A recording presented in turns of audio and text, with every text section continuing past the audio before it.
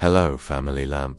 Let's light up our hearts with a story of hope, faith, and miracles straight from the Bible. She was the daughter of a pagan priest, born into a world of idols and gold. He was the mighty prince of Egypt, once a slave, now ruler of men. Their worlds were never meant to meet, until destiny intervened. But what if love demanded more than beauty?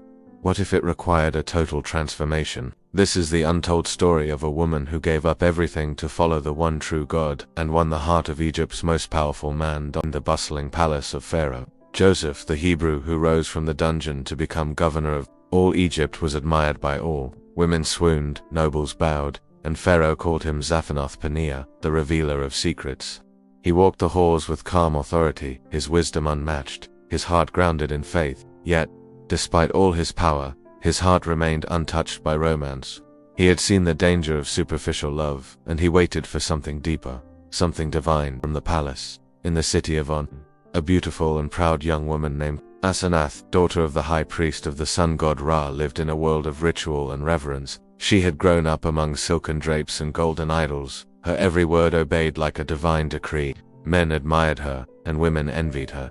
But beneath the layers of pride was a young woman longing for something more, though she didn't yet know it. From her ivory tower, she first heard of Joseph, a Hebrew, they said, a former slave, a foreigner, yet he ruled over Egypt with Pharaoh's own seal. She scoffed at the thought.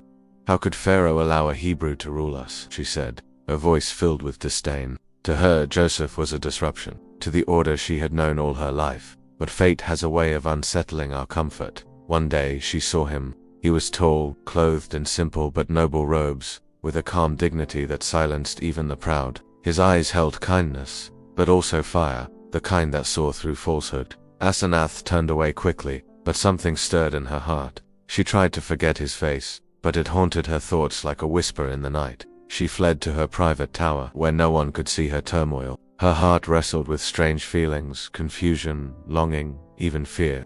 She stood before the idols she had known since childhood, their golden faces gleaming in the candlelight. But for the first time, she felt nothing. No comfort, no life, just silence. Could it be true? Could the God of Joseph be real? Not carved in gold or stone, but living.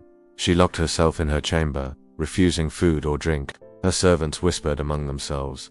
Her father pleaded through the door, but Asenath stayed on the cold stone floor, weeping.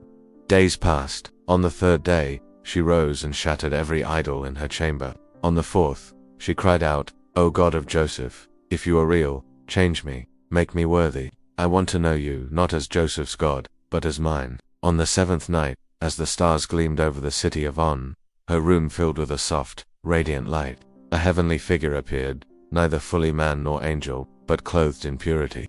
His voice was calm yet powerful. "Asenath," he said, "your prayer has been heard. The Lord has seen your heart. From this moment, you are his. You will be Joseph's wife, not by Pharaoh's order, but by heaven's will." She fell to her knees, trembling and weeping. Peace, unlike anything she had ever known, filled her soul. The next morning, Joseph received word of her transformation. When he entered her courtyard, she ran to meet him, falling at his feet. "I am no longer the woman I was," she said. "I belong to your God now." Joseph raised her gently. "Once I was a slave," he said. "Now you are free. We have both been redeemed." Pharaoh was moved by the story and gave his blessing. Yet not everyone rejoiced. In the palace shadows, envy grew. One nobleman named Fickle, proud and ambitious, had long desired Asenath for himself. Her transformation enraged him. He joined forces with those who still resented Joseph, including some of his own brothers, still wrestling with guilt and jealousy. Together, they plotted. Joseph would be accused of treason. Asenath would be taken. The Hebrew's reign would be shattered. One evening, as the moon cast silver light over the city, Asenath was seized by masked men and taken to a remote fortress in the desert. Joseph, summoned before Pharaoh on false charges, stood silent as accusations flew. But heaven did not sleep. A violent storm rose in the desert, darkening the skies.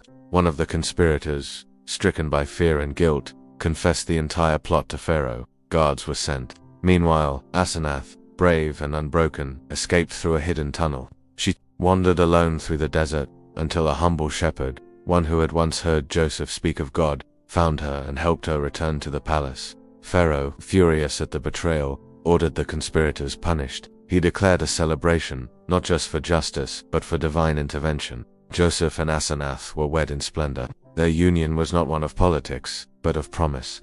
A promise to serve the God who had saved them both. She, once a child of idols, became a mother of faith. Her sons, Manasseh and Ephraim, would inherit more than lands. They would carry the story of transformation, of grace, of a woman who dared to surrender. True love, after all, is not found in beauty, nor in power, but in surrender. When one woman gave up everything to follow God, she gained not only a new heart, but a place in history and the love of a man who ruled Egypt, but bowed only to heaven. Thank you for joining the Family Lamp today. If this story of hope and faith touched your heart, please share it with your family and friends.